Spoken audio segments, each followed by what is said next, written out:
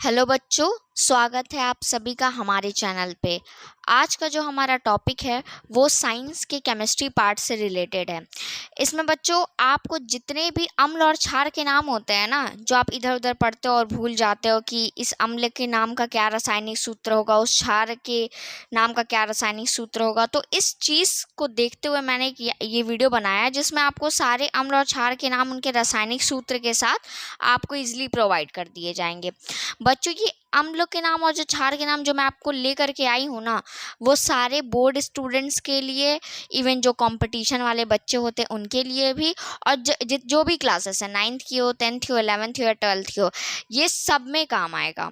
तो ये जो वीडियो है वो आपके लिए बहुत बहुत हेल्पफुल होने वाली है। बस इस वीडियो को आप शुरू से लेकर के अंत तक देखिएगा, और हाँ, देखने के साथ साथ इसको नोट भी करते चलिएगा, और इसमें जो डिफरेंसेस है वो मैं आपको बताते रहूँगी आगे, क्योंकि कई जगह ऐसा होता है बच्चे बहुत कंफ्यूज होते हैं। अभी मैं आगे नाम पढ़ूंगी तो आपको पता चलेगा कि सल्फ्यूरिक एसिड और सल्फ्यूरस एसिड दोनों में क्या डिफरेंस है, दोनों के सूत्र क्या होंगे। ठीक है ना, नाम से बहुत कंफ्यूजन क्रिएट होता है ना, तो उस हिसाब से इस वीडियो में मैं कंटेंट लेकर के आई हूँ कि आपको आगे कभी भी कंफ्यूजन नहीं रहेगा। एक बार इस वीडियो को आप देख लीजिए शुरू से लेकर के अंत तक, इसके बाद से आपको अम्ल के नाम और क्षार के नाम में कोई भी कंफ्यूजन नहीं रहेगा। तो बच्चों चलो स्टार्ट करते हैं। हमारे महत्वपूर्ण अम्ल क्षार के नाम तथा उनके रासायनिक सूत्र, जो कि बोर्ड स्टूडेंट्स, कंपटीशन स्टूडेंट्स के सभी क्लासेस के लिए इंपॉर्टेंट है। बढ़ते हैं अम्ल के साथ। तो अम्ल में सबसे पहला हमारा है हाइड्रोक्लोरिक अम्ल, हाइड्रोक्लोरिक एसिड, जिसका रासायनिक सूत्र होता है HCl। ठीक है बच्चों, हाइड्रोक्लोरिक अम्ल का रासायनिक सूत्र HCl। अगला हमारा क्या है? सल्फ्यूरिक अम्ल। सल्फ्यूरिक अम्ल का रासायनिक सूत्र होता है H2SO4। सल्फ्यूरिक अम्ल का रासायनिक सूत्र H2SO4। तीसरा है हमारा सल्फ्यूरस अम्ल। सल्फ्यूरस अम्ल जिसका रासायनिक सूत्र होता है H2SO3। अब देखिए बच्चों, इसीलिए मैं इस वीडियो में आपके लिए चीज़ों को छांट करके लाई हूँ। ये सल्फ्यूरिक और सल्फ्यूरस दोनों मैंने एक साथ एक दूसरे के बाद में लिखे हैं ताकि आपको इसके सूत्र को याद करने में कोई कंफ्यूजन ना हो। सल्फ्यूरिक अम्ल में ध्यान से देखिए H2SO4 है, ऑक्सीजन जो है वो कितना है? 4 है, लेकिन सल्फ्यूरस अम्ल में आपका ऑक्सीजन 3 है, H2SO3 है। तो यही डिफरेंस है। अगर यहाँ पे ये इक करके है तो वो SO4 है, और स करके लास्ट में रस करके है तो SO3 है। ठीक है, अब आगे बढ़ते हैं। फ्यूमिंग सल्फ्यूरिक अम्ल या फ्यूमिंग सल्फ्यूरिक एसिड, इसका फॉर्मूला होगा H2H2O3। बच्चों ये तीनों जो है ना, सल्फ्यूरिक अम्ल, सल्फ्यूरस अम्ल और ये फ्यूमिंग सल्फ्यूरिक अम्ल, ये तीनों मैंने इसलिए एक साथ आपको लिखे हैं ताकि आप कभी भी याद करो तो आपको कोई कंफ्यूजन ना हो, और इस वीडियो से जब आप देख करके लिखो तो तीनों का जो रासायनिक सूत्र होता है वो एक झटके में आपको याद हो जाए। इस वीडियो को देखते ही देखते आपको याद हो जाएगा, क्योंकि आपको डिफरेंस सामने पता चल रहा है। अगर सल्फ्यूरिक अम्ल यहाँ लिखने के तुरंत बाद में कुछ और अम्ल लिख देती, फिर लास्ट में सल्फ्यूरस अम्ल लिखती, तो आपको चीज़ें भूल जाती, लेकिन यहाँ पे तीनों एक साथ हैं तो आपको चीज़ें याद करना एकदम आसान हो जाएंगी। ठीक है, अब सल्फ्यूरिक अम्ल, सल्फ्यूरस अम्ल और फ्यूमिक सल्फ्यूरिक अम्ल खत्म हो चुका है। अब आगे बढ़ते हैं। अगला हमारा अम्ल है वो है नाइट्रिक अम्ल। नाइट्रिक अम्ल का फॉर्मूला होता है HNO3। ठीक, अब नाइट्रिक अम्ल के बाद आप लोगों ने एक और अम्ल का नाम सुना होगा, नाइट्रस अम्ल। ये भी इसके मैंने जस्ट नीचे लिखा हुआ है कि जो बच्चों ने सुना होगा उसके बाद से उनके संरचना सूत्र या रासायनिक सूत्र में कोई भी गलती ना करे। नाइट्रिक अम्ल बच्चों HNO3 होता है, और जो नाइट्रस अम्ल होता है वो HNO2 होता है। ठीक है, ये इन दोनों का रासायनिक सूत्र है और इसमें ये डिफरेंस है, ये NO3 है, ये NO2 है। ये नाइट्रिक और नाइट्रस का आपका हो गया। अब आगे बढ़ते हैं। अगला अब आ रहा है कार्बोनिक अम्ल। कार्बोनिक अम्ल का बच्चों फॉर्मूला होता है H2CO3। एक चीज आप जान लीजिए, जहां पे कार्बोनिक ऐसा कार्बो करके शब्द आ जाता है ना, वहाँ पे आपका C ज़रूर प्रेजेंट होता है। ठीक है, जैसे कि मान लीजिए कार्बोनिक है या कार्बोहाइड्रेट है, उसमें भी C यानी कार्बन ज़रूर प्रेजेंट होगा।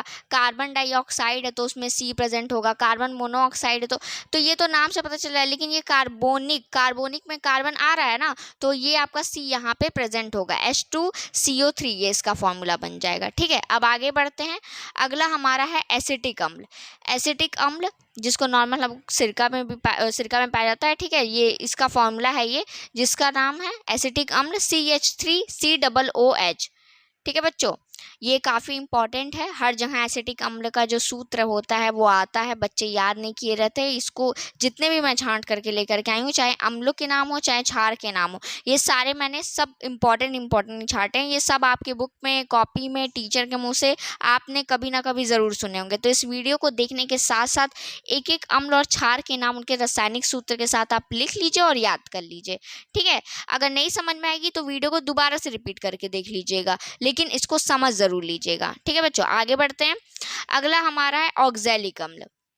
ऑक्सैलिक अम्ल का जो फॉर्मूला होता है वो होता है COOH का होल ट्वाइस। होल ट्वाइस का मतलब ये हो गया कि यही चीज दो बार है। अगर हम इसको ऐसे भी लिख सकते हैं COOH सिंगल बॉन्ड COOH, ठीक है ना। ये ऐसे भी आपका हो सकता है, ठीक।